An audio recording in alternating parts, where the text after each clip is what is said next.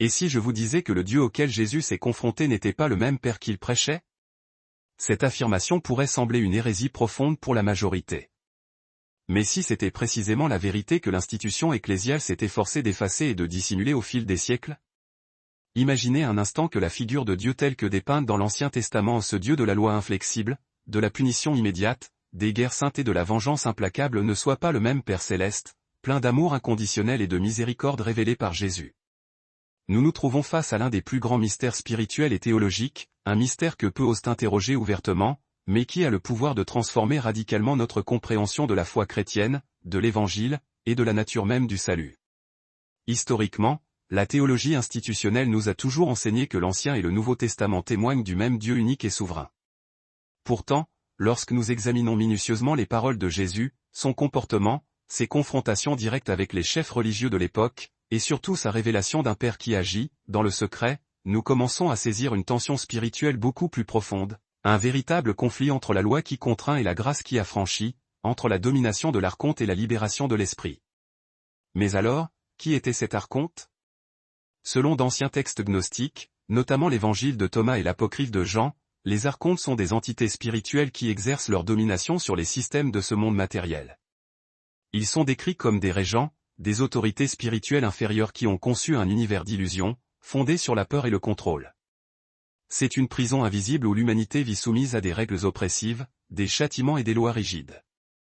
Serait-il dès lors concevable que le Dieu sévère et exigeant de l'Ancien Testament ait été, en réalité, un archonte déguisé en divinité suprême?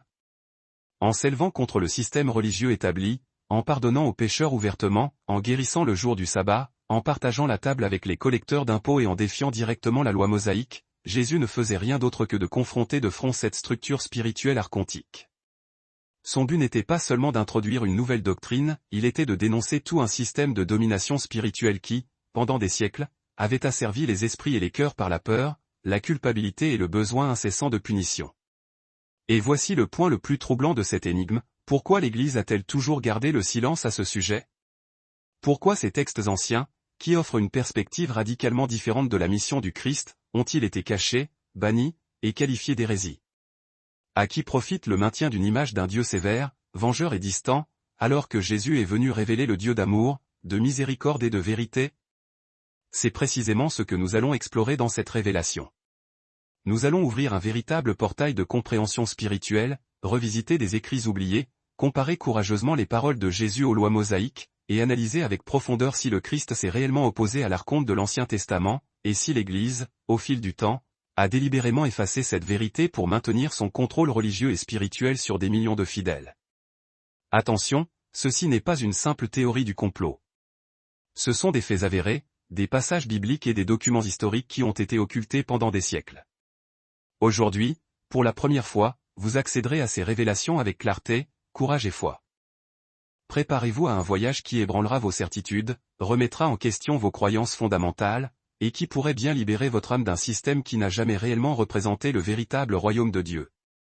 Et avant de poursuivre ce voyage profond et révélateur, je souhaite adresser une invitation spéciale à vous qui êtes ici, en quête de compréhension, qui souhaitez éveiller votre conscience spirituelle et vous rapprocher de la vérité qui libère. Déposez votre demande de prière dans les commentaires dès maintenant. Peu importe la nature de votre combat, qu'il soit émotionnel, spirituel, familial ou financier, écrivez-le ci-dessous. Nous lirons chaque requête avec attention et prierons ensemble, comme une véritable communauté de foi. Car là où 2 ou 3 s'unissent au nom de Jésus, les cieux s'inclinent. Vous n'êtes pas seul. Cette chaîne est bien plus qu'une série de vidéos, c'est un espace d'éveil, d'accueil et d'intercession. Si ce message a déjà touché votre cœur, laissez votre « j'aime » immédiatement. Cela permet à la vidéo d'atteindre davantage de personnes qui ont un besoin urgent de cette vérité libératrice. Et bien sûr, abonnez-vous à la chaîne et activez la cloche de notification. Nous bâtissons ensemble quelque chose de puissant, une communauté qui cherche le vrai Christ, loin des manipulations religieuses et proche du cœur de Dieu. Aujourd'hui, vous allez découvrir pourquoi certains érudits affirment que Jésus s'est bel et bien opposé à l'archonte de l'Ancien Testament et pourquoi cette vérité a été effacée des annales de l'histoire de l'Église. Ceci n'est pas une simple hypothèse ou une spéculation forcée pour provoquer la controverse. Il s'agit d'une enquête spirituelle, théologique et historique capable d'éclairer l'un des plus grands mystères de la foi chrétienne. Qui était réellement ce Dieu de l'Ancien Testament qui imposait des lois si dures, des ordres de guerre, des punitions collectives, et exigeait des sacrifices sanglants? Et surtout, pourquoi Jésus s'est-il dressé contre ce système dans la quasi-totalité de ce qu'il a prêché, vécu et enseigné? Ce que vous allez entendre dans cette vidéo pourrait être déstabilisant au premier abord, mais la vérité, lorsqu'elle est révélée avec sincérité et courage, détient le pouvoir de briser les chaînes invisibles qui, depuis des siècles, ont obscurci la compréhension humaine. Il se peut que, comme moi autrefois, vous viviez également au sein d'un système de croyance qui ne correspond pas au véritable enseignement libérateur du Christ. Abordons le sujet sans détour. Pendant des siècles, l'Église institutionnelle a établi le récit selon lequel l'Ancien et le Nouveau Testament forment un tout cohérent, racontant l'histoire d'un Dieu unique, immuable et souverain. Pourtant, si vous analysez attentivement les évangiles, vous constaterez que Jésus rompt constamment avec la logique de l'Ancien Testament. Il défie les lois, affronte les autorités religieuses, pardonne là où la loi exige la punition, libère là où elle devrait condamner, et surtout, il révèle un Père qui ne correspond absolument pas à l'image du Dieu sévère qui réclame la justice par la peur et le châtiment. C'est ici qu'intervient la figure de l'archonte. Ce concept est central dans de nombreux écrits gnostiques et textes chrétiens primitifs, dont une grande partie a été qualifiée d'hérétique par l'orthodoxie religieuse dominante. Selon ces écrits, les archontes sont des entités spirituelles qui dirigent ce monde déchu, maintenant l'humanité captive par l'ignorance, la culpabilité et une obéissance aveugle à des lois qui, loin de sauver, asservissent. Le mot grec archon signifie « dirigeant » ou « souverain ». De nombreux érudits estiment que cette figure représente plus qu'un simple symbole mythologique, elle incarne une puissance spirituelle qui se cache derrière des systèmes religieux oppressifs et déformés. La grande question qui en résulte est donc la suivante, le Dieu de la guerre, qui ordonnait des massacres et exigeait du sang pour être apaisé, était-il réellement le Père d'amour que Jésus est venu révéler? Ou bien Jésus est-il venu précisément pour confronter ce faux Dieu, cet archonte déguisé, et libérer l'humanité de son emprise? Lorsque Jésus déclare « Vous êtes d'en bas, moi, je suis d'en haut. Vous êtes de ce monde, moi, je ne suis pas de ce monde. » Jean 8h23, il établit une distinction nette entre deux ordres spirituels. L'un est celui du monde, régi par les puissances du système, par la loi, les punitions, et la règle des archontes. L'autre est celui du royaume, le royaume de Dieu, qui n'est pas gouverné par la peur ou l'imposition, mais par l'amour et la liberté. C'est à l'intérieur de cette tension spirituelle que Jésus œuvre, parle et agit. Et c'est la raison pour laquelle il était perçu comme une menace existentielle par le système religieux de l'époque. Réfléchissez-y, si Jésus n'avait été qu'un prophète de l'Ancien Testament, pourquoi les chefs religieux auraient-ils cherché à le mettre à mort? Pourquoi son message était-il si explosif qu'il fut considéré comme un blasphème? Parce qu'il ne faisait pas que prêcher, il démasquait. Il révélait que le véritable visage de Dieu n'était pas celui masqué par les rituels vides, par des lois insupportables, par les sacrifices et par le sang. Il montrait que Dieu est Père, sa présence est miséricorde, et non un législateur cosmique exigeant l'obéissance sous la menace. Et au fil des siècles, cette vérité a été effacée, déformée, dissimulée derrière des dogmes établis, des conciles ecclésiastiques, et des sélections de textes sacrés qui excluaient toute idée menaçant le monopole de la narration officielle. C'est pourquoi tant d'écrits considérés comme hérétiques furent simplement éliminés du canon biblique.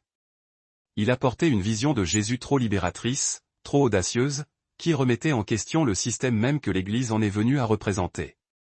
Jésus est venu exposer la supercherie.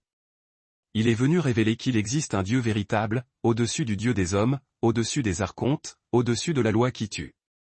Il est venu nous reconnecter à la source, au Père qui était resté caché derrière les traditions, les rituels et les commandements qui ne font qu'emprisonner les âmes.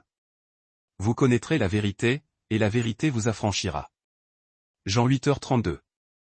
Cette phrase prend une signification nouvelle à la lumière de cette révélation.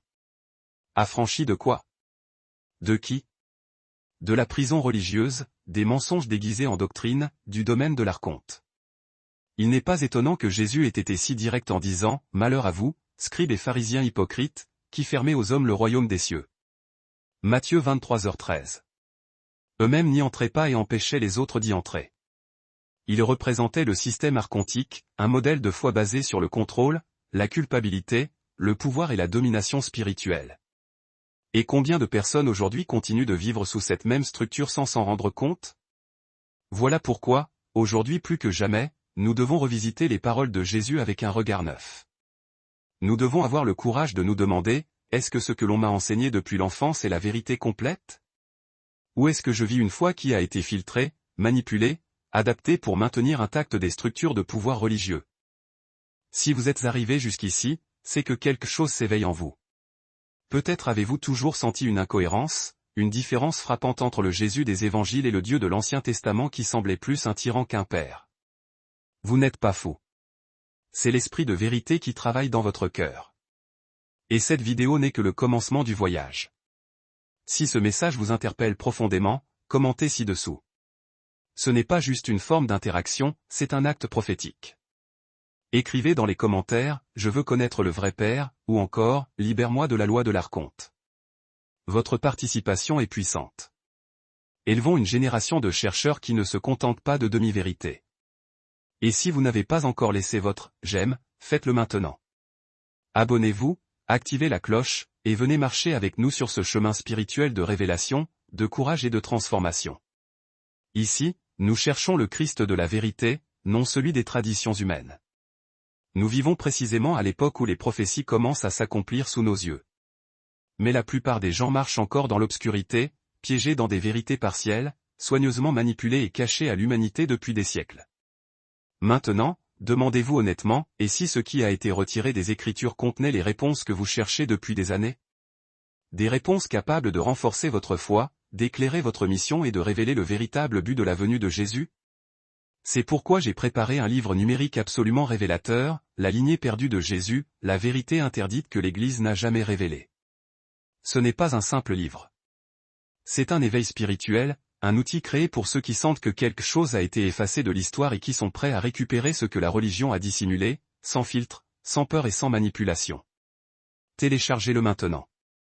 Le lien se trouve dans le premier commentaire épinglé. Attention, il contient un contenu spirituellement sensible qui pourrait être retiré à tout moment, et il ne reste que très peu de copies actives. N'attendez pas que le monde s'écroule pour chercher ce que votre âme sait déjà qu'elle a besoin. Cliquez maintenant, téléchargez votre exemplaire et permettez à cette vérité de commencer à se déployer en vous. Si vous êtes parmi les premiers à le télécharger, revenez ici et écrivez un seul mot, Amen. Ce sera votre acte de foi. Et aujourd'hui, Dieu peut ouvrir une porte que vous ignoriez être sur le point de s'ouvrir. Si tout ce que nous avons dit jusqu'à présent a éveillé un certain malaise en vous, préparez-vous à plonger encore plus profondément. Car pour comprendre pourquoi Jésus est entré en confrontation directe avec la structure religieuse de son temps, et pourquoi cette confrontation résonne encore aujourd'hui, il est essentiel de comprendre ce qu'était ou plutôt, qui était l'archonte. Ce nom peut paraître étrange à ceux qui sont habitués uniquement aux doctrines traditionnelles. Mais il porte une signification spirituelle profonde, puissante et dérangeante à la fois. Un sens qui peut littéralement réorganiser votre vision du monde spirituel et le but de la venue de Jésus. Dans les écrits gnostiques, et tout particulièrement dans l'évangile apocryphe de Jean, l'évangile de Thomas, et d'autres textes découverts dans la célèbre bibliothèque de Nag Hammadi en Égypte, les archontes sont décrits comme des êtres spirituels qui agissent entre le Dieu suprême et les êtres humains, mais non pas comme des anges de lumière ou des messagers du vrai Père. Au contraire, les archontes sont présentés comme les émissaires d'une création inférieure, les serviteurs d'un Dieu usurpateur, créateur d'un monde illusoire, régi par des lois oppressives et éloigné de la véritable nature divine. Selon ces textes antiques, le monde matériel, ce cosmos dans lequel nous vivons, n'aurait pas été créé directement par le Dieu suprême, mais par un être nommé Yaldabaoth, l'archonte principal, également appelé le démiurge. Cet être arrogant, ignorant l'existence du Dieu véritable, s'est cru l'unique et suprême créateur. De là, il a engendré une légion d'archontes pour régir le monde physique. Et comment gouverne-t-il? Par des lois rigides, des structures immuables, la peur, le jugement, la culpabilité et la domination spirituelle. Cela vous semble-t-il familier? Ces entités, selon la tradition gnostique, maintiennent l'humanité captive, emprisonnée dans un système de croyances qui les empêche d'atteindre la *gnosie * la vraie connaissance, la conscience de l'étincelle divine qui réside au sein de chaque être humain. Les archontes ne sont pas de simples personnages mythologiques. Ils sont les symboles spirituels d'une force réelle qui se manifeste à travers les systèmes religieux, politiques, culturels et même psychologiques. Ils opèrent dans le cadre d'un monde déchu avec un objectif unique, empêcher les enfants de Dieu de s'éveiller à leur véritable origine spirituelle.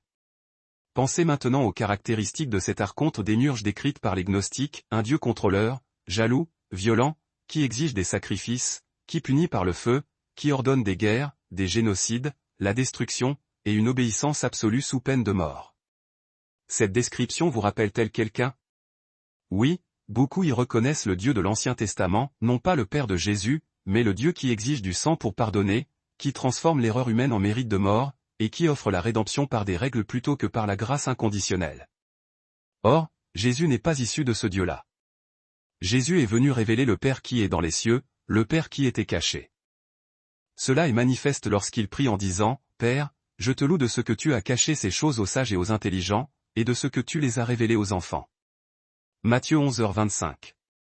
Ou lorsqu'il déclare clairement, « Nul ne connaît le Père, si ce n'est le Fils, et celui à qui le Fils veut le révéler. » Matthieu 11h27. Que signifie, « Nul ne connaît le Père » ? Qu'en est-il des prophètes, de Moïse, des patriarches? La réponse se trouve entre les lignes, le Père de Jésus n'était pas le Dieu que beaucoup adoraient aveuglément. Les archontes, en tant qu'entités intermédiaires, créent une fausse perception de la divinité, détournant les humains du vrai chemin. Ils se nourrissent de l'adoration aveugle, de l'ignorance et de l'obéissance sans compréhension. Et c'est précisément contre cela que Jésus s'élève. Lorsque Jésus dit « Vous connaîtrez la vérité et la vérité vous affranchira », il ne parle pas seulement du salut éternel, il parle de la libération spirituelle d'un système de mensonges, d'une fausse divinité, d'une religion qui opprime au lieu d'éclairer. Les archontes règnent sur le monde par la peur, Jésus offre la liberté par l'amour. Les archontes exigent le sacrifice, Jésus s'offre lui-même comme sacrifice pour annuler le système. Les archontes imposent la culpabilité, Jésus étend le pardon. Les archontes accusent, Jésus intercède. Notez l'opposition directe. Elle n'est pas subtile, elle est radicale. Dans les textes gnostiques, cette opposition est encore plus claire. Jésus est décrit comme celui qui est descendu dans le monde créé par les archontes non pas pour les adorer, mais pour exposer leur supercherie. Dans certains passages, il est le messager venu de la lumière suprême pour réveiller ceux qui dormaient dans le sommeil de l'ignorance, de la religion aveuglée de la fausse image de Dieu. Il ne vient pas simplement fonder une nouvelle doctrine, il vient briser un empire spirituel établi depuis des âges. C'est pourquoi le message de Jésus est si dangereux pour les personnes religieuses, il ne renforce pas le système, il le dénonce. Jésus guérit le jour du sabbat, pardonne aux adultères, appelle les hypocrites, race de vipères, et affirme même que le royaume de Dieu est au-dedans de nous. Tout cela défiait directement les piliers d'une religion basée sur la peur et l'exclusion. Dans l'évangile de vérité, l'un des textes gnostiques rejetés par l'Église officielle, nous lisons que Jésus est venu comme une lumière qui a brillé dans l'obscurité de l'ignorance. Cette ignorance est maintenue précisément par les archontes qui font croire aux gens qu'ils servent Dieu alors qu'en réalité, ils sont piégés dans un système sans vie, sans esprit, sans vérité. Cela explique aussi pourquoi tant de textes qui révélaient ce conflit spirituel furent considérés comme apocryphes, hérétiques et systématiquement effacés des registres officiels de l'Église, car la vérité libère, mais elle dérange aussi ceux qui tirent profit de la tromperie. Et à ce jour, de nombreux leaders spirituels préfèrent maintenir les fidèles sous une image de Dieu basée sur la punition, la soumission et la menace de l'enfer, plutôt que de présenter un Dieu qui est pure lumière, grâce et liberté. Et peut-être vous demandez-vous maintenant, mais si les archontes sont si puissants, comment puis-je me protéger? Comment savoir si je sers le vrai Père ou un système archontique? La réponse, comme toujours, réside dans le Christ. Jésus n'a laissé ni système, ni temple, ni religion structurée. Il a laissé l'esprit de vérité, le consolateur qui habite en vous. C'est cet esprit qui nous guide vers toute vérité, qui nous alerte, qui nous éveille. Et c'est pourquoi, plus vous êtes proche du Christ, plus vous serez éloigné de l'influence des archontes. Si jusqu'à présent vous avez senti que quelque chose s'agitait en vous, que cela prenait sens d'une manière inédite, je vous invite maintenant à l'écrire dans les commentaires ci-dessous. Cela va bien au-delà de l'engagement, c'est une déclaration spirituelle. Écrivez, éveille-moi à la vérité, ou même, je veux connaître le vrai Père. Et si vous le souhaitez, laissez votre demande de prière. Nous sommes ensemble dans ce voyage. Maintenant que vous commencez à voir plus clairement ce que sont réellement les archontes ou ces dirigeants spirituels qui opèrent derrière les systèmes de contrôle, la religiosité et l'ignorance, nous devons franchir une autre étape importante de ce voyage. Car pour comprendre la profondeur de la confrontation entre Jésus et le système spirituel oppressif, il est essentiel d'observer attentivement le contraste entre deux portraits de Dieu totalement différents qui apparaissent dans les Écritures. L'un est le Dieu de l'Ancien Testament, punitif, sévère, guerrier, contrôleur. L'autre est le Père révélé par Jésus, compatissant, aimant, pardonnant, libérateur. Deux portraits qui, à première vue, semblent se contredire.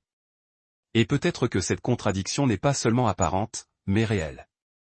Et peut-être est-ce exactement là que se cache la clé que tant de gens évitent de regarder. Combien de fois avez-vous lu ou entendu des récits de l'Ancien Testament qui vous ont causé un profond malaise? Des ordres de génocide, comme lorsque Dieu ordonne prétendument l'extermination de peuples entiers, y compris les enfants et les animaux. Des punitions brutales, comme le déluge qui détruit toute l'humanité à l'exception d'une seule famille. Des lois qui ordonnent de lapider les femmes, de tuer les enfants désobéissants, ou même d'interdire le contact avec les personnes considérées comme impures. Tout cela est présenté comme la justice divine. Mais quelle sorte de justice est-ce là? Quel genre de père exigerait la mort d'innocents, le sang des animaux sur les autels et la peur constante comme forme d'adoration? Maintenant, comparez cela aux paroles et aux actions de Jésus, un homme qui s'approche des rejetés, qui touche l'impur, qui pardonne aux pécheurs, qui accueille la femme en flagrant délit d'adultère, qui guérit le jour du sabbat, et qui enseigne d'aimer ses ennemis. Lorsque nous lisons les paroles de Jésus dans les du Sermon sur la montagne, la différence saute aux yeux. Vous avez appris qu'il fut dit, œil pour œil, et dent pour dent.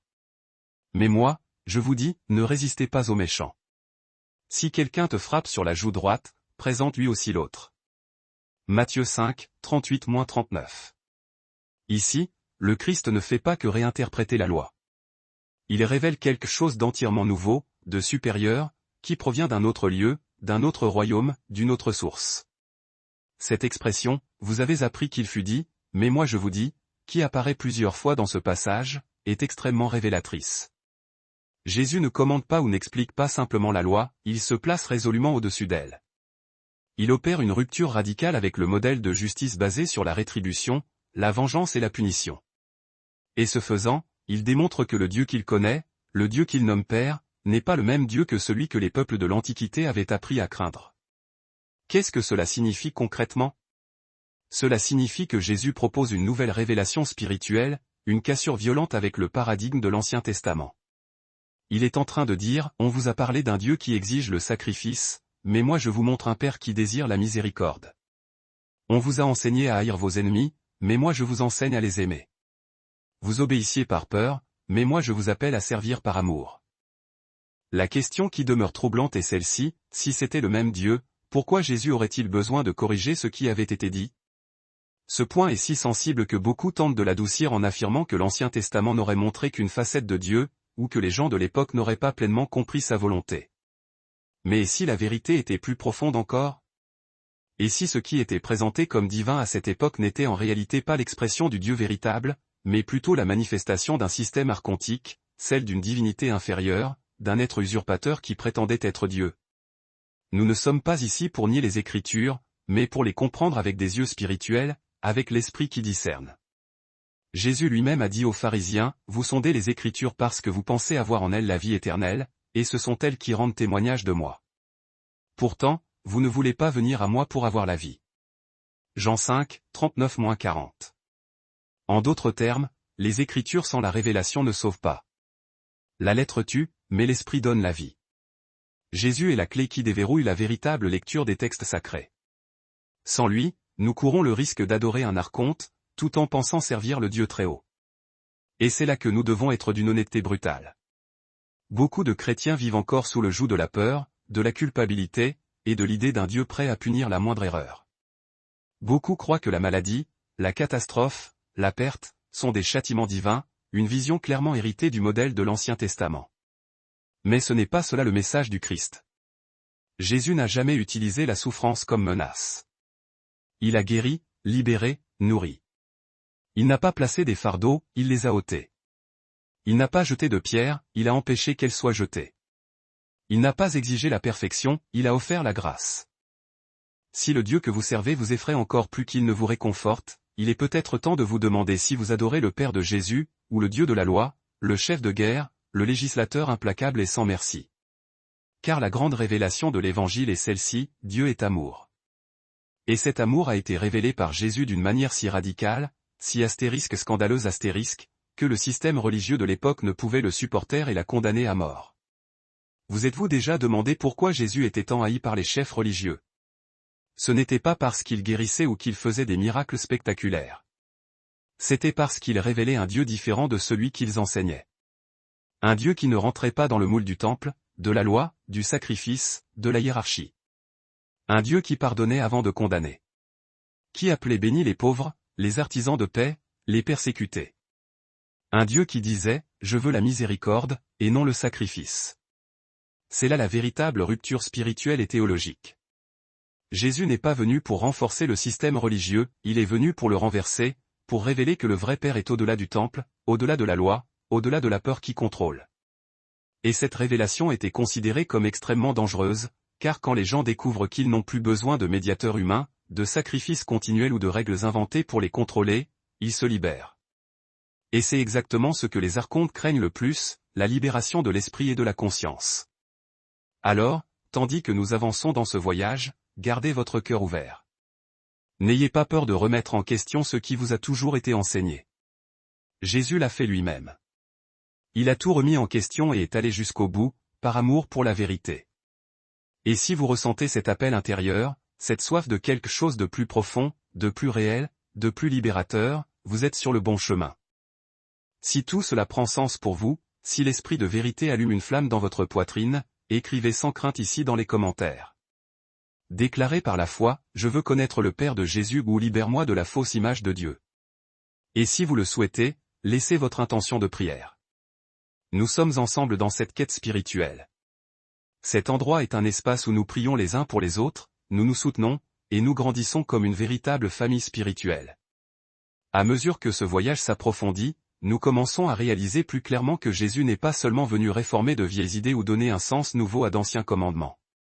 Il n'est pas venu moderniser la religion juive, ni renforcer la logique d'un Dieu basé sur les sacrifices et les châtiments. Jésus est venu pour quelque chose de beaucoup plus radical, révéler un autre Dieu. Un Dieu qui était resté caché, dissimulé derrière un épais rideau de loi, de tradition, de rituels et de peur. Un Dieu qui n'était pas perçu même par les docteurs de la loi, les interprètes des Écritures, les dirigeants du temple. Cette révélation n'était pas simplement théorique.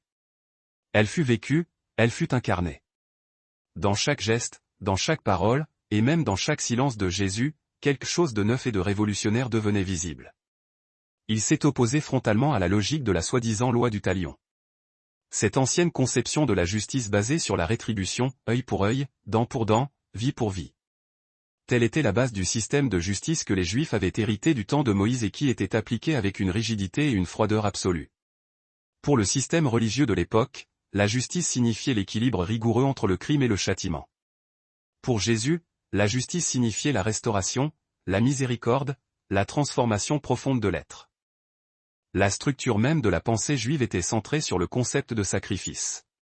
Pour se rapprocher de Dieu, il fallait offrir du sang, un agneau pour le péché, un animal pour la purification, une offrande pour chaque transgression. L'approche de Dieu était médiatisée par la douleur, par le prix à payer, par la peur d'être rejeté par le ciel. Mais lorsque Jésus entre en scène, il renverse complètement ce système archaïque. Il affirme, « Je veux la miséricorde, et non le sacrifice ». Cette phrase, apparemment simple, fut un véritable tremblement de terre dans l'univers religieux de ce temps. Elle explose comme une bombe au cœur de la théologie la plus ancienne. Elle révèle un Dieu qui ne désire pas le sang, un Dieu qui ne se nourrit pas des sacrifices, un Dieu qui n'exige pas la douleur comme prix de son amour. C'est comme si Jésus avait dit depuis le début, vous croyez connaître Dieu, mais vous l'avez déformé. Vous en avez fait un tyran, un juge sans visage. Mais le vrai Père est différent. Il est comme le berger qui laisse les 99 brebis pour en chercher une seule. Il est comme le Père qui court au-devant du Fils prodigue sans exiger d'explication préalable. Il est comme le bon Samaritain qui aide l'homme blessé sans lui demander qui il est ou ce qu'il a fait. Ceci n'était pas l'image du Dieu de la religion officielle. La religion attendait un Messie qui renforcerait le temple, qui confirmerait la loi, qui jugerait les impurs et exalterait les justes. Mais Jésus a fait l'opposé. Il a touché les lépreux. Il a mangé avec les pécheurs et les collecteurs d'impôts. Il a permis aux prostituées de lui oindre les pieds. Il a pardonné aux femmes adultères, traçant un chemin dans la poussière devant les hommes armés de pierres.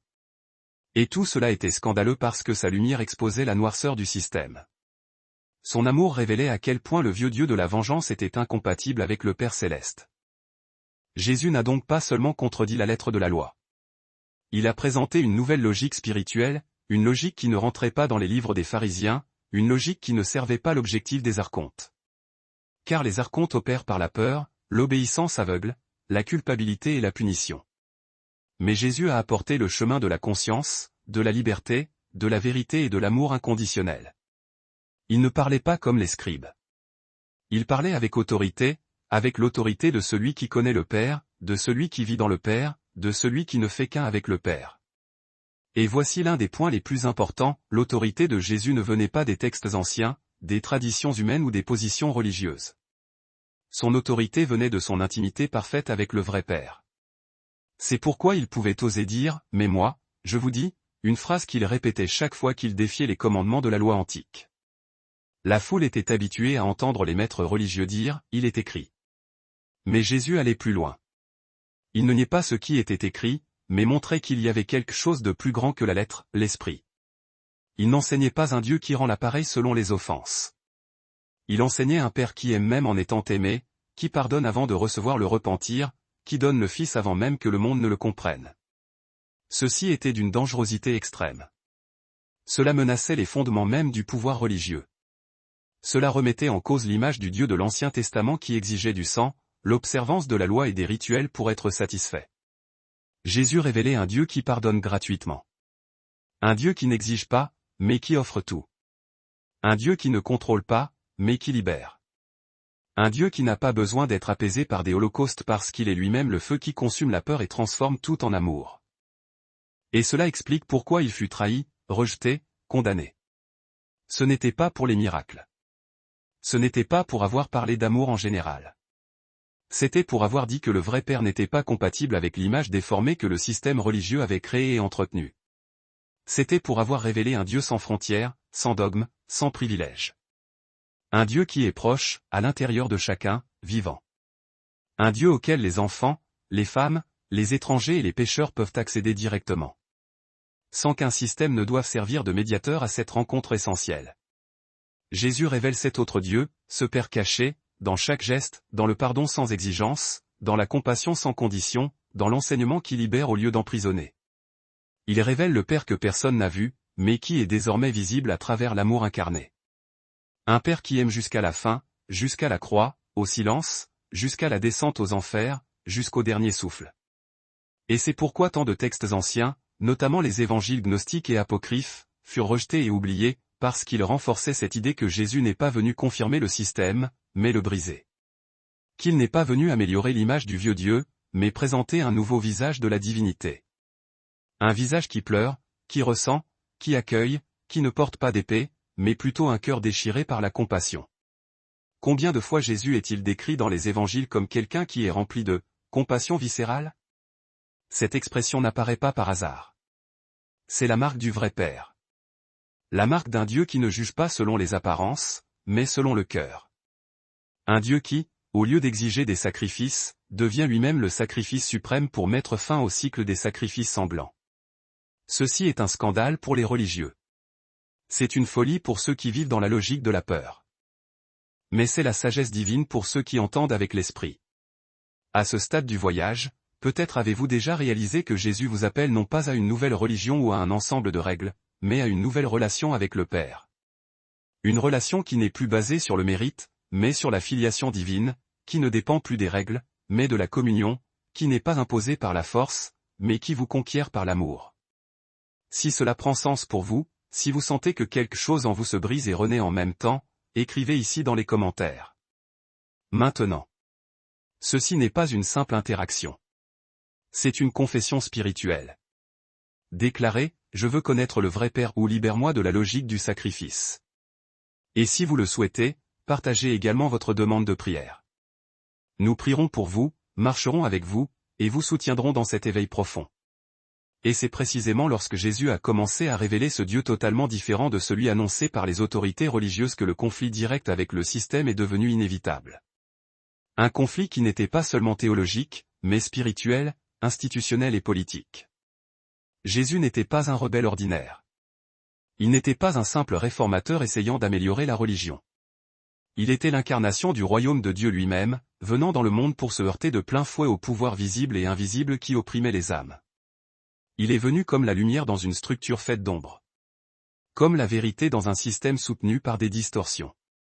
Comme la vie dans un environnement dominé par les rituels de mort. Le système qu'il affrontait était plus que quelques hommes en robe religieuse. C'était une structure. C'était une mécanique spirituelle et mentale qui emprisonnait les gens au nom de Dieu, mais qui opérait sous les principes de l'archonte. C'était une religion basée sur l'apparence, la règle stricte, la culpabilité, l'exclusion, l'autorité hiérarchique et le contrôle total du sacré. C'était un modèle où peu avaient accès au sein des saints, où le pardon était conditionné par les offrandes, et où le peuple lui-même était maintenu dans l'ignorance pour que les chefs conservent leur domination spirituelle. Et dans ce scénario, Jésus n'entre pas timidement. Il entre avec l'autorité divine. Il entre en renversant les tables, en confrontant les lois, en exposant les hypocrisies. Sa présence était profondément inconfortable. Son regard traversait les masques. Ses paroles tranchaient comme des épées. C'est pourquoi il n'a pas été simplement ignoré. Il a été haï, persécuté, menacé, finalement, éliminé. Parce que Jésus ne se contentait pas de contester la religion. Il la démasquait. Et les cibles de ses paroles les plus dures n'étaient pas les prostituées, les collecteurs d'impôts ou les criminels. C'étaient les pharisiens, les docteurs de la loi, ceux qui occupaient les chairs de l'époque. À ces derniers, Jésus a adressé l'un des discours les plus intenses et les plus percutants de toute la Bible, enregistré dans Matthieu 23. Là, il n'épargne aucun mot. Il commence à dénoncer une série de comportements qui révèlent un système corrompu, aveugle et dominé par l'esprit des archontes. Il dit, « Malheur à vous, scribes et pharisiens hypocrites. Parce que vous fermez le royaume des cieux devant les hommes, vous n'y entrez pas vous-même, et vous ne laissez pas entrer ceux qui le voudraient. » Cette phrase résume l'ensemble du système. Non seulement ils trompaient les autres, mais ils se trompaient eux-mêmes, gardant les portes de la vérité verrouillées de l'intérieur. Jésus montrait qu'il y avait une réalité supérieure disponible, le royaume, mais qu'elle était cachée par des chefs qui se disaient de Dieu, mais agissaient comme des agents d'un autre maître. Il poursuit, « Malheur à vous, guides aveugles. » Il dénonce la manière dont ils accordaient de l'importance aux détails des règles, mais ignoraient la justice, la miséricorde et la foi. Le même esprit légaliste qui idolâtrait le sabbat, mais ignorait la souffrance d'autrui. Le même système qui permettait les abus au nom de la sainteté, qui exaltait la pureté extérieure, mais ignorait la pourriture intérieure. Jésus les compare à des sépulcres blanchis, beaux à l'extérieur, mais remplis d'ossements et de putréfaction à l'intérieur. Ce langage direct et sans concession nous montre quelque chose de fondamental. Jésus n'était pas intéressé à maintenir un quelconque accord ou une alliance avec le système religieux. Il ne se préoccupait pas de la réputation, de l'acceptation institutionnelle ou des alliances stratégiques. Sa mission n'était pas de réconforter les structures, mais de libérer les consciences. Et pour cela, il devait exposer les fondations corrompues de la religion qui opérait sous le manteau de la sainteté, mais qui était au fond un instrument de l'archonte pour éloigner les gens du vrai Dieu. Et la confrontation s'intensifie encore davantage lorsqu'il entre dans le temple, le centre même du pouvoir religieux. Là, devant le lieu qui devrait être le symbole de la présence divine, Jésus ne voit qu'un marché, un système d'échange, d'exploitation, de profit spirituel, un espace où l'on vendait les sacrifices, où l'accès à Dieu était commercialisé, où le culte était médiatisé par l'argent. Il ne le tolère pas. Il renverse les tables des changeurs. Il chasse les vendeurs et dit avec une autorité céleste, « Ma maison sera appelée une maison de prière, mais vous, vous en avez fait une caverne de voleurs. » Le temple, pour Jésus, avait cessé d'être un lieu de rencontre avec le Père pour devenir un système de domination. Le sacré avait été corrompu par l'intérêt. L'autel avait été pris en otage par la cupidité. Et c'est exactement ce que l'archonte désire, que les lieux de véritable spiritualité deviennent des centres de domination émotionnelle, psychologique et spirituelle. Que la religion soit un instrument de peur et non de libération. Que le nom de Dieu soit utilisé pour enrichir quelques-uns et maintenir les masses sous contrôle. Et si vous regardez bien aujourd'hui, vous verrez que ce même système opère toujours. Dans de nombreux lieux, le vrai Christ est toujours dehors. Tandis que le temple reste plein de rituels, de doctrines, de business de la foi et de manipulation. La religion de l'archonte n'a pas été vaincue par la croix seule. Elle résiste, elle change de forme, elle s'adapte, mais elle continue à chercher à maintenir le voile entre l'homme et le Père. Jésus, cependant, déchire ce voile, non seulement physiquement, comme cela s'est produit au moment de sa mort, mais spirituellement. Il ouvre un chemin nouveau, vivant et accessible. Il offre l'Esprit Saint, et non la lettre de la loi. Il nous appelle des fils, et non des serviteurs. Il nous donne l'intimité avec le Père, et non la dépendance vis-à-vis de prêtres humains. Et cela change absolument tout. Les confrontations de Jésus avec le système n'étaient donc pas de simples débats doctrinaux. C'étaient des batailles spirituelles contre une structure de pouvoir qui se nourrissait de l'ignorance des gens. Et le plus dangereux de tout, c'est que ce système ne semblait pas mauvais. Au contraire, il paraissait sain. Il avait l'apparence de la piété, mais il niait l'essence de la vérité.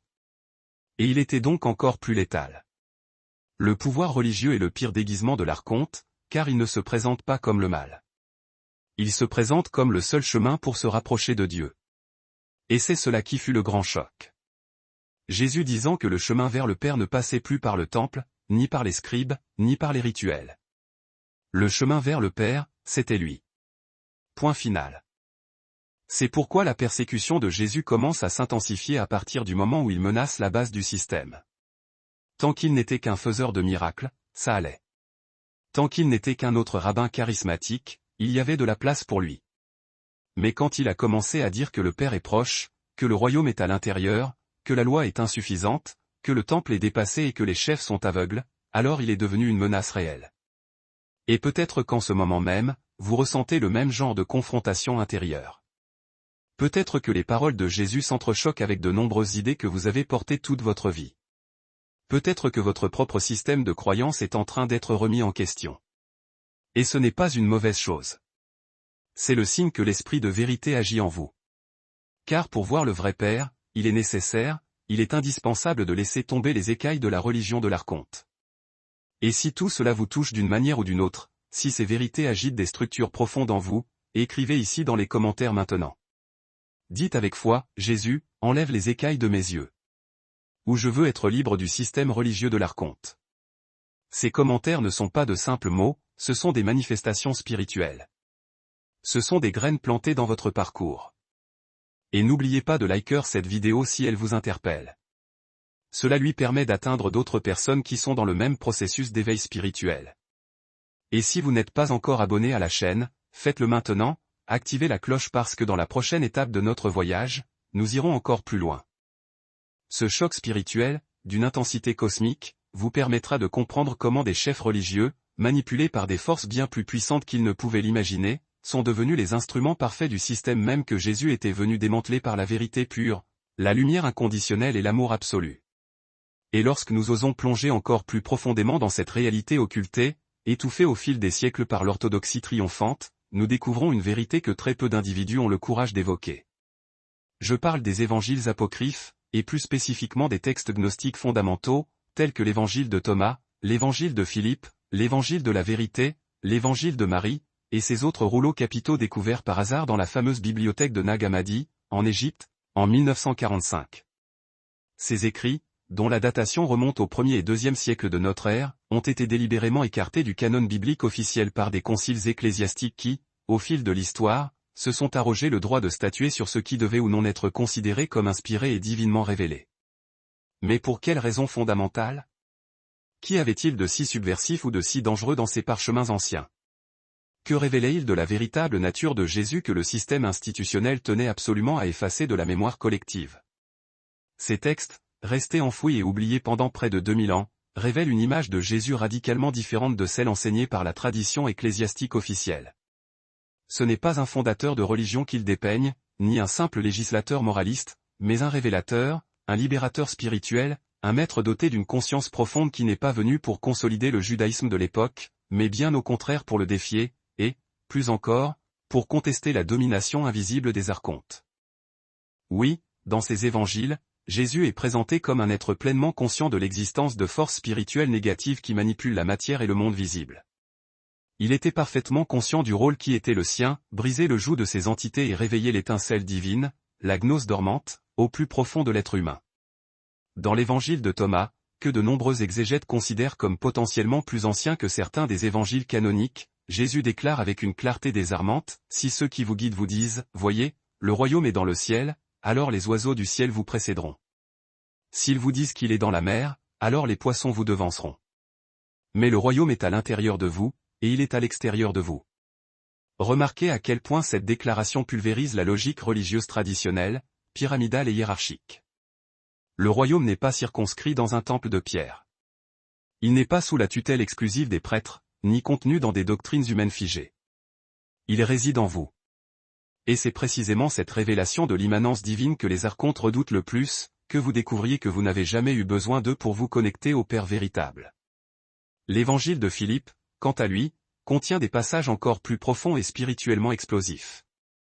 Jésus y est présenté comme celui qui est venu enseigner la véritable gnose, la connaissance intérieure et spirituelle qui mène à la libération ultime.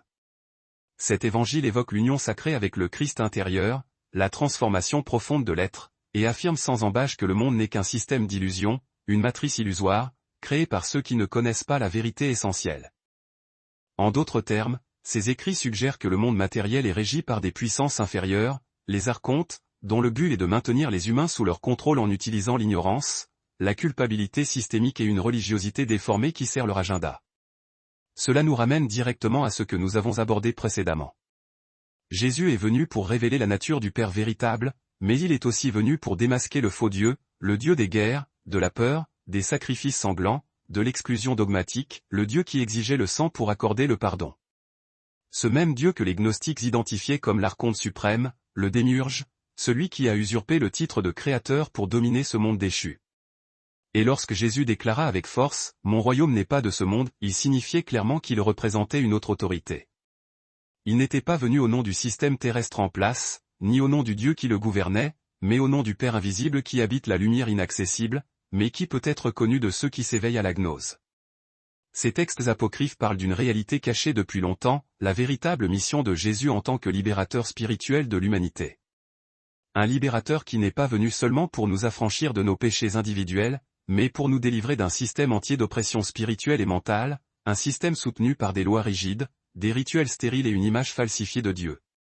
C'est pourquoi Jésus n'a jamais enseigné aux gens l'obéissance aveugle à leur chef, mais les a plutôt invités à chercher et à trouver le royaume en eux-mêmes. C'est dans ce contexte qu'il a prononcé la phrase fondamentale « Vous connaîtrez la vérité, et la vérité vous affranchira ». Mais libéré de quoi? Libéré de qui? Maintenant, cela prend tout son sens, n'est-ce pas?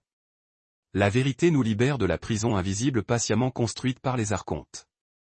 Et cette prison, comme nous l'avons montré, opère principalement à travers une religion qui a perdu l'esprit et s'est accrochée à la lettre morte.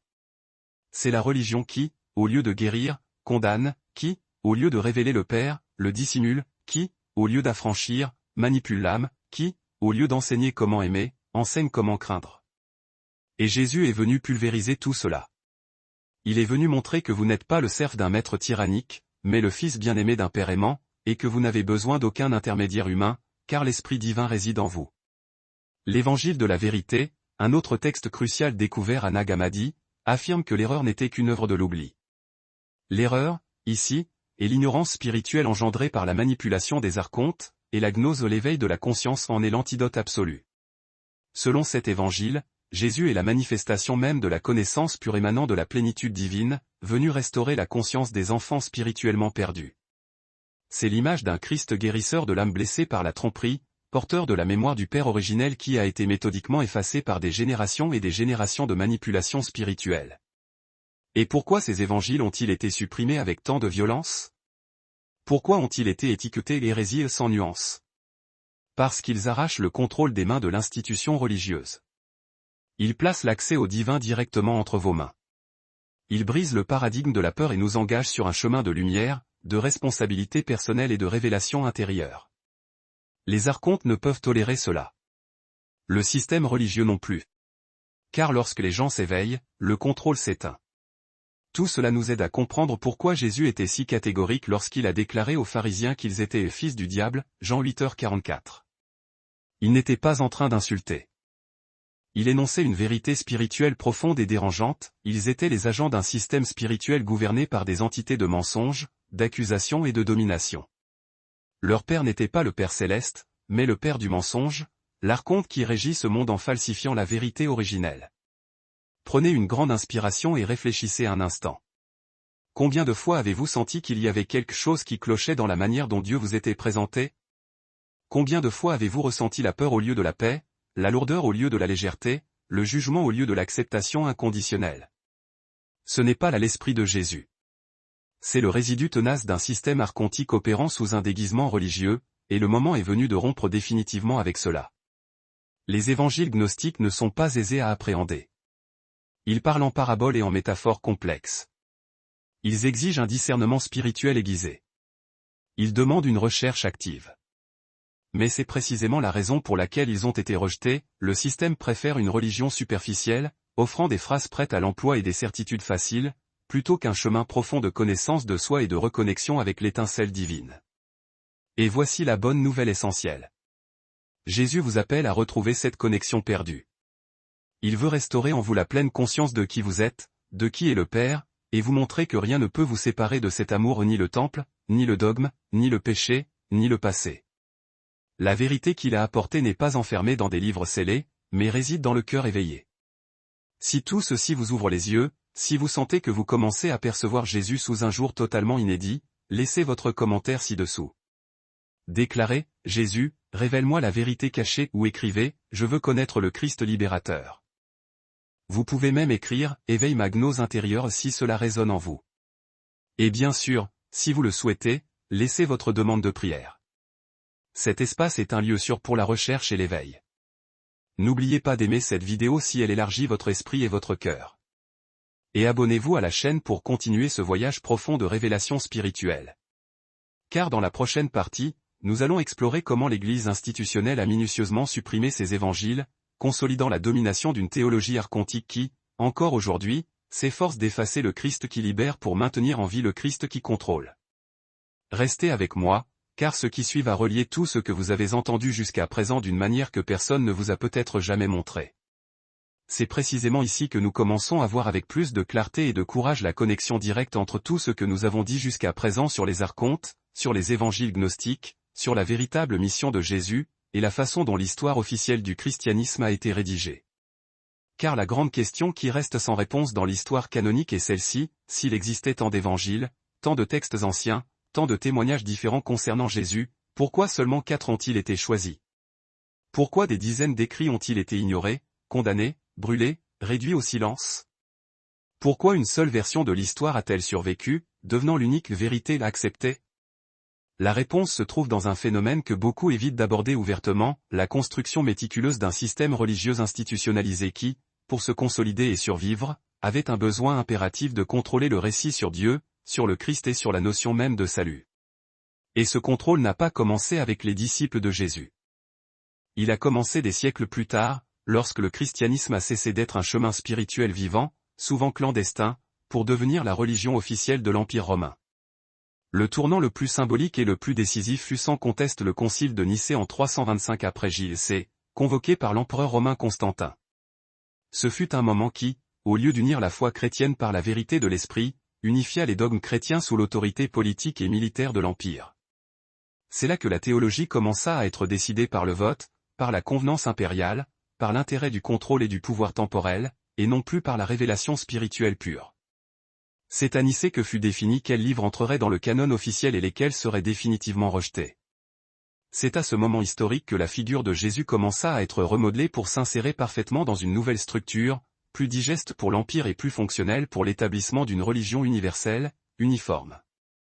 La grande ironie tragique est que Jésus, celui qui avait passé sa vie à briser les systèmes religieux de son temps, qui avait confronté les pharisiens, rejeté le légalisme stérile et révélé le Père véritable, fut désormais transformé en l'image centrale d'une nouvelle religion d'État. Ce Christ fut façonné non par l'esprit, mais par une alliance pragmatique entre la croix et l'épée, entre la chair ecclésiastique et le trône impérial. Le Jésus libérateur, révélateur du royaume intérieur, fut froidement remplacé par un Christ impérial, hiérarchique, doctrinal et manipulateur. Un Christ fabriqué sur mesure pour servir les intérêts de ceux qui cherchaient à maintenir les masses dans une soumission silencieuse. Mais que faire de tous les textes qui présentaient une autre vision de Jésus? Que faire des évangiles gnostiques, des écrits de Thomas, de Philippe, de Marie, de l'évangile de la vérité, de l'apocryphon de Jean? La réponse fut simple, brutale et cruelle, supprimer, réduire au silence, et condamner sans appel sous l'étiquette d'hérésie. Ces textes furent systématiquement traqués, persécutés, détruits et effacés de l'histoire officielle de la foi chrétienne naissante. Leurs auteurs furent qualifiés d'hérétiques, leurs partisans pourchassés, et leurs écrits furent cachés, certains dans des jarres scellées, enterrés dans des grottes, afin que, peut-être, un jour, lorsque l'humanité serait prête, ils puissent être redécouverts. Et c'est ce qui arriva. Lorsque la bibliothèque de Nag Hammadi fut mise au jour en Égypte en 1945, le monde eut enfin accès à une partie de l'histoire qui avait été muselée pendant près de 2000 ans. Là se trouvaient les textes rejetés, cachés, écrits par des disciples de Jésus qui parlaient d'un Christ défiant les archontes, libérant les consciences, qui n'avait pas fondé une église mais éveillé l'esprit humain. Des écrits qui témoignaient d'un royaume qui n'était pas de ce monde, d'un Dieu qui n'avait besoin d'aucun temple de pierre, d'un Christ venu restaurer l'étincelle divine en chaque être. Mais pourquoi cette forme de révélation était-elle si menaçante pour l'ordre établi? Parce que cette approche retire le contrôle exclusif des mains des dirigeants religieux. Elle supprime le besoin d'un intermédiaire obligatoire entre vous et le divin. Elle ôte le pouvoir aux institutions terrestres et rend à l'individu la responsabilité et la liberté de chercher le divin en lui-même. Cela a toujours été considéré comme un poison dangereux par les empires, par les systèmes de pouvoir et, bien sûr, par les archontes, car plus les gens s'éveillent, plus il devient impossible de les manipuler. Les soi-disant pères de l'Église, tels qu'Irénée de Lyon, Tertullien ou Athanase, jouèrent un rôle essentiel dans ce processus d'uniformisation forcée de la doctrine. Ils menèrent de véritables campagnes d'anéantissement contre toute forme de christianisme qui ne suivait pas la ligne officielle. Ils cataloguèrent sous le terme générique de gnostiques tous ceux qui croyaient en une révélation spirituelle intérieure et utilisèrent toute leur influence pour ériger un mur doctrinal autour de la figure de Jésus, limitant son message à une seule interprétation, littérale et institutionnelle. Ainsi, peu à peu, l'Église cessa d'être un mouvement d'éveil pour devenir une machine de contrôle basée sur la foi aveugle et la peur du châtiment éternel. Et si vous regardez attentivement, nous subissons encore aujourd'hui les effets dévastateurs de cette décision historique.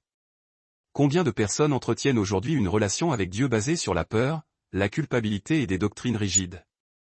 Combien savent même qu'il existe d'autres évangiles, d'autres voies, d'autres compréhensions de Jésus? Combien croient que remettre en question la version officielle est synonyme de rébellion spirituelle, alors qu'il ne s'agit en réalité que d'une soif ardente de vérité? Ce n'est pas un hasard.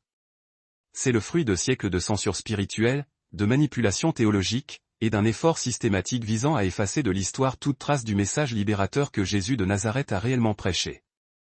Mais la bonne nouvelle est que la vérité ne peut être effacée à jamais.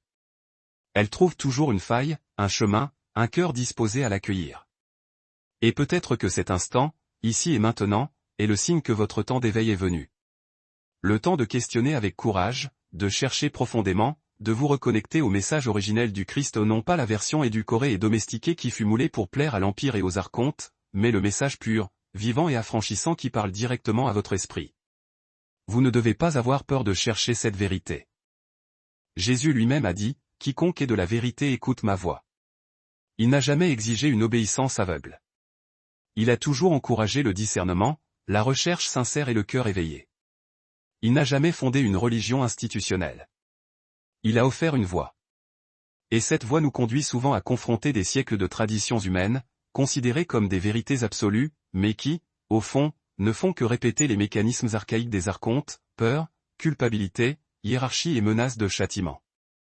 Maintenant, arrêtez-vous et ressentez. Combien de fois la religion que vous avez rencontrée vous a-t-elle causé plus de crainte que de paix intérieure? Combien de fois vous êtes-vous senti piégé par des doctrines qui ne nourrissaient pas votre esprit, mais ne faisaient que répéter des formules vides? Combien de fois avez-vous senti qu'il y avait quelque chose de plus, quelque chose de plus profond, de plus vrai, de plus pur, sans savoir où le trouver? Peut-être que votre intuition essayait déjà de vous montrer que l'histoire qu'on vous a racontée sur Jésus n'est pas la vérité complète, qu'il y a des voix muselées, des textes effacés, des révélations occultées, et que le Christ vivant, celui qui brise les chaînes et révèle le Père véritable, vous rappelle à lui, non pas pour une nouvelle Église, mais pour une nouvelle naissance spirituelle. Si cela résonne profondément en vous, écrivez ici dans les commentaires, je veux connaître le Jésus que la religion a essayé de cacher ou éveille en moi la vérité qui a été réduite au silence. Et si vous sentez que vous avez besoin de prière dans ce voyage, laissez votre demande ici. Nous cherchons ensemble, nous prions ensemble, nous grandissons en tant que communauté éveillée.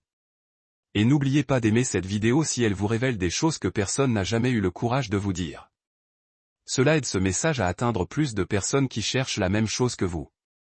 Et bien sûr, abonnez-vous à la chaîne et activez la cloche, car dans le prochain et dernier chapitre de notre voyage, nous explorerons quelque chose d'encore plus profond, quelle était finalement la mission secrète de Jésus face à l'archonte, et quel rapport cela a-t-il avec votre libération spirituelle aujourd'hui? Restez avec moi. Et maintenant que vous commencez à saisir les couches de dissimulation qui se sont accumulées au fil des siècles autour du message authentique de Jésus, nous arrivons au point central, le cœur battant de tout ce parcours spirituel. Quelle était, en réalité, la mission profonde de Jésus?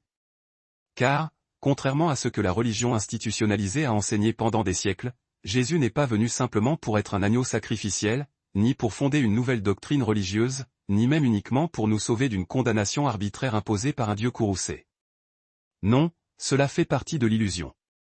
La véritable mission de Jésus était infiniment plus profonde, plus cosmique, plus révolutionnaire et plus libératrice que cela. Jésus est venu pour affranchir l'humanité de l'illusion, de la matrice spirituelle conçue par les archontes, et pour reconnecter chaque être humain au Père véritable. Cette mission a été occultée parce qu'elle est intrinsèquement dangereuse pour les systèmes de contrôle, elle brise le paradigme de la dépendance, de la peur et de l'obéissance aveugle qui soutiennent le pouvoir des archontes.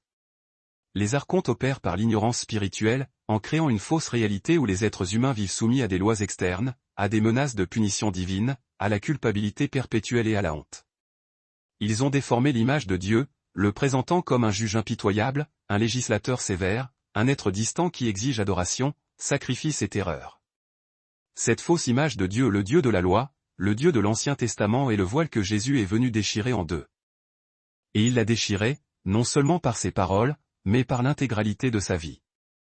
Dès le début de son ministère, Jésus a agi comme un éveilleur de conscience. Il ne s'est pas limité à enseigner de bonnes actions ou à parler de moralité basique. Il parlait du royaume, mais d'un royaume qui n'était pas de ce monde, un royaume invisible et spirituel, qui n'est pas là-bas mais qui est profondément en vous, comme il l'a lui-même révélé dans l'évangile de Thomas. La mission de Jésus était de réveiller chez les êtres humains la mémoire de leur origine divine, de leur connexion perdue avec le Père qui est lumière pure, amour pur, vérité pure, un Père qui n'a rien à voir avec la figure punitive et distante vénérée par les systèmes religieux basés sur la loi et la peur.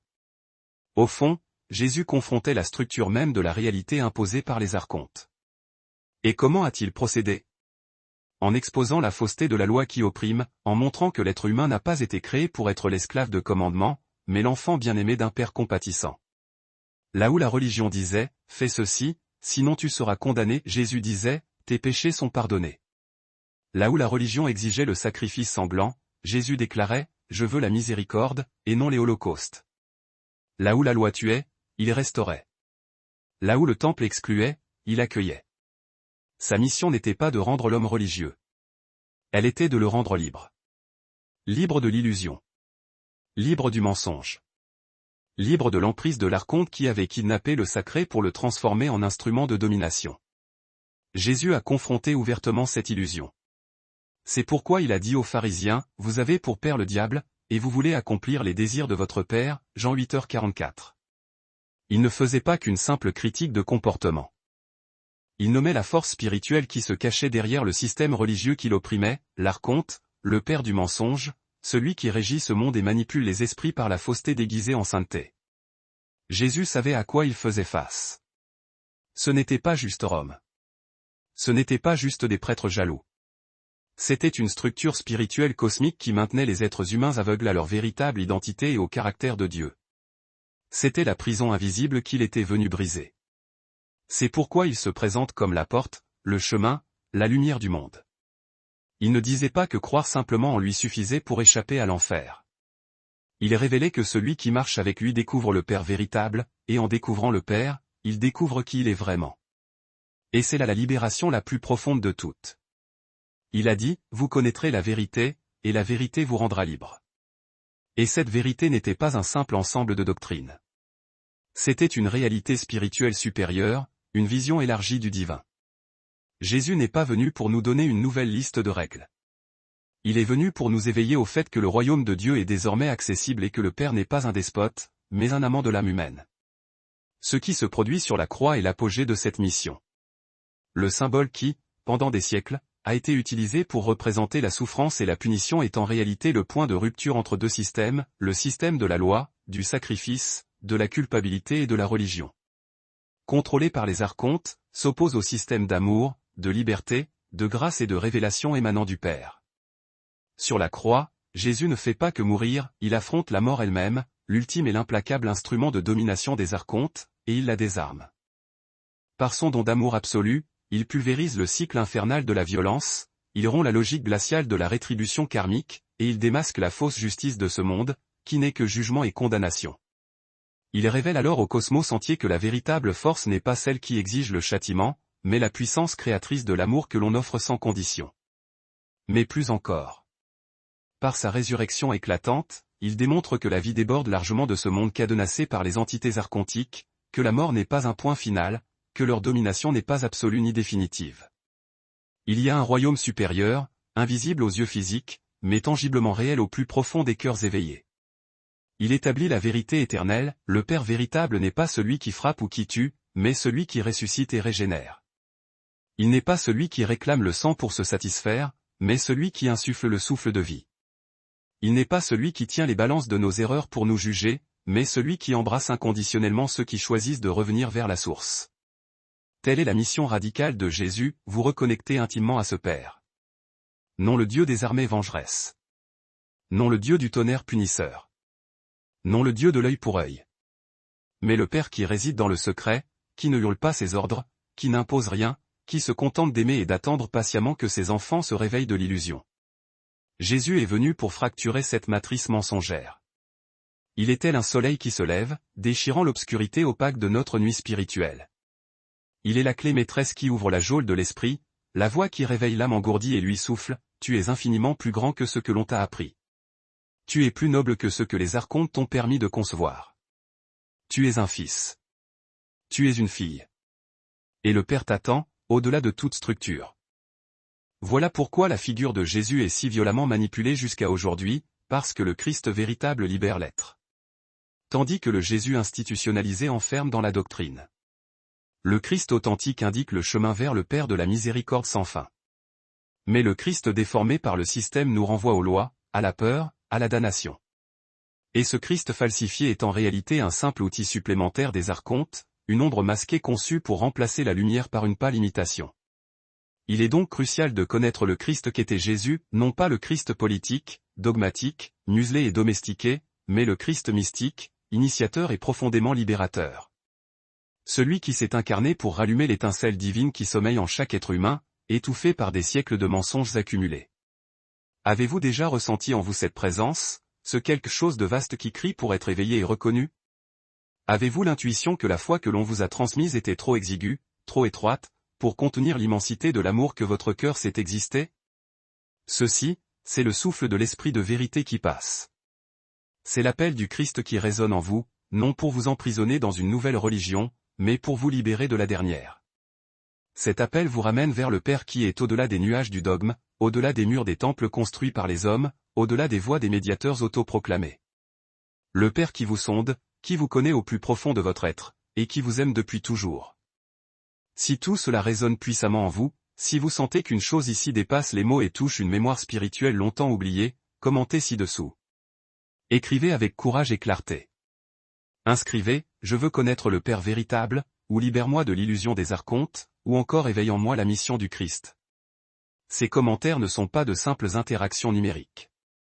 Ce sont des déclarations spirituelles, des affirmations de votre volonté d'éveil. Et si vous le souhaitez, laissez votre intention de prière. Nous sommes en train de former ici une véritable communauté d'éveil. Une fraternité qui ne se satisfait plus des réponses préfabriquées, mais qui cherche la vérité vivante, celle qui affranchit. Et maintenant, à la lumière de tout ce qui a été révélé jusqu'à présent, le moment le plus crucial de ce voyage arrive. L'heure de la vérité. Non pas la vérité venue de l'extérieur, celle imposée par les livres sacrés, les règles ou les traditions figées. Mais la vérité qui ne peut jaillir que de votre intérieur. Celle qui apparaît lorsque vous faites taire le brouhaha des voix extérieures, que vous réduisez au silence la confusion des doctrines, et que vous écoutez le murmure subtil de l'esprit en vous. Car c'est dans ce silence intérieur que le Christ authentique s'adresse à vous. C'est dans cet espace de profondeur que vous pourrez discerner, peut-être pour la première fois, en qui avez-vous vraiment cru? Dans le Dieu de la peur, ou dans le Père de l'amour? Cette question paraît simple, pourtant elle est porteuse d'une force transformatrice immense. Nous affirmons souvent croire en Dieu, suivre la foi chrétienne, accepter Jésus comme sauveur, mais au fond de nous, nous restons piégés par la logique du châtiment, du mérite, de la culpabilité, la peur constante de commettre une faute et d'être rejeté par le divin. Et soyons honnêtes, cela est bien plus compatible avec le Dieu que Jésus a défié qu'avec le Père qu'il a révélé. Combien de fois avez-vous tremblé devant Dieu? Craignant de ne pas être suffisamment accepté? Peur de ne pas prier de la bonne manière? Angoissé à l'idée de perdre votre salut? Effrayé d'être puni pour quelque chose que vous avez fait ou omis? Ce genre de sentiment est un signe limpide qu'inconsciemment, vous vous référez peut-être à l'image déformée de Dieu construite par les archontes, et non au Père véritable révélé par Jésus. Le Dieu de la peur exige des sacrifices sanglants et des rituels pénibles. Le Père de l'amour inconditionnel offre la grâce imméritée. Le Dieu de la peur écrase les faibles. Le Père de l'amour guérit les blessés et relève ceux qui chutent. Le Dieu de la peur contrôle par la terreur et la menace. Le Père de l'amour attire par la liberté souveraine. Le Dieu de la peur impose des rituels stériles. Le Père de l'amour désire une relation sincère. Le Dieu de la peur est adoré par la contrainte et l'obligation. Le Père de l'amour est connu dans l'intimité du secret. Le Dieu de la peur punit le pécheur. Le Père de l'amour court joyeusement à la rencontre de son enfant qui revient, sans même attendre ses excuses. Réfléchissez profondément maintenant. Ressentez. Observez vos émotions face à ces mots tranchants. Peut-être réalisez-vous que vous portez encore en vous les vestiges douloureux de cette religion de la peur. Peut-être que votre chemin de foi a été marqué davantage par l'anxiété spirituelle que par une paix profonde. Plus par des tentatives épuisantes de plaire à Dieu que par le repos dans la certitude qu'il vous aime déjà. C'est le signe que les échos du système archontique résonnent encore dans votre âme. Mais voici le point de basculement, le moment où tout commence à changer, car maintenant, vous avez entendu. Maintenant, vous savez. La graine est plantée. Et cette graine est la prise de conscience que le Père véritable est radicalement différent du Dieu que l'on vous a appris à redouter. Le véritable Père ne trône pas au sommet d'une échelle que vous devez grimper à la force du poignet et du mérite. Il est juste là, à vos côtés, dans l'instant présent. Il n'y a aucune séparation réelle. Il n'y a aucune culpabilité qu'il ne puisse guérir, aucune chute qu'il ne puisse comprendre, car il est l'amour. L'amour réel. L'amour pur. L'amour qui restaure. Et cette révélation, lorsqu'elle pénètre le cœur, bouleverse tout l'échiquier intérieur. Vous réalisez que vous n'avez plus besoin de vivre dans une guerre interne pour essayer de mériter l'amour de Dieu. Vous êtes déjà aimé. Vous êtes déjà pardonné. Vous êtes déjà désiré. Il n'est plus nécessaire de répéter des rituels vides, de vous auto-flageller mentalement, ou de suivre toutes les règles à la lettre pour être accepté. Vous êtes déjà un fils. Vous êtes déjà une fille. Jésus est venu pour vous rappeler cette identité fondamentale. Il est venu déchirer le voile du mensonge que l'on vous a fait croire. Il est venu briser la puissance de la religion fondée sur la peur et la performance. Il révèle que le chemin du retour à la maison ne passe pas par des étapes de pénitence auto-infligées, mais par une acceptation joyeuse de la grâce. Et maintenant, à la lumière de tout ceci, je vous pose cette question avec sincérité et profondeur, quelle image de Dieu réside en vous? Le Père qui pardonne sans compter ou le juge qui condamne sans appel? Le Dieu qui accueille l'errant ou le Dieu qui punit l'échec? Ressentez-vous la paix lorsque vous pensez à lui, ou une lourdeur? L'approchez-vous avec confiance filiale ou avec la crainte servile? Priez-vous comme un enfant bien-aimé ou comme un esclave soumis? Car c'est là la ligne de démarcation entre ceux qui ont connu le Père véritable et ceux qui sont encore emprisonnés dans le système archontique. Il ne s'agit pas d'être plus ou moins croyant, de connaître plus de versets ou de fréquenter le temple assidûment. Il s'agit de l'intimité réelle. Il s'agit de reconnaître la voix du berger au milieu du tumulte. Il s'agit de marcher dans la lumière de l'amour, et non plus dans les ténèbres persistantes de la culpabilité. Et peut-être qu'en cet instant même, l'Esprit vous touche. Peut-être commencez-vous à voir que Jésus a toujours été bien plus que ce que l'on vous a enseigné. Qu'il n'est pas venu pour fonder une religion supplémentaire, mais pour rompre avec toutes. Qu'il n'est pas venu confirmer l'image du Dieu vengeur de l'Ancien Testament, mais pour révéler le Père dissimulé par le brouillard épais du légalisme, de la tradition et de la peur. Un Père qui n'est pas distant, mais intérieur. Qui n'exige pas de sacrifice, mais offre l'amour en plénitude. Si cette conscience est en train de se lever en vous maintenant, embrassez cet instant. Il est précieux. Il est sacré. C'est un éveil spirituel qui peut changer à jamais la manière dont vous vous reliez au divin. Car une fois que vous connaissez le Père véritable, il n'y a plus moyen d'être trompé. Vous pourrez entendre les voix de la culpabilité, être tenté de revenir à la peur, mais votre esprit intérieur saura, celui-là n'est pas mon Père. Et cette liberté est invincible, car elle est le fruit de la vérité qui a franchi, celle que Jésus est venu révéler et qui commence désormais à vibrer en vous. Si cette vidéo vous a touché de quelque manière que ce soit, laissez un commentaire. Écrivez « Je veux rencontrer le Père de l'amour » ou « Libère-moi du Dieu de la peur ». Si vous sentez qu'une guérison s'est opérée, que des écailles sont tombées de vos yeux intérieurs, écrivez « Je m'éveille à la vérité ». Écrivez avec foi, avec courage, avec authenticité.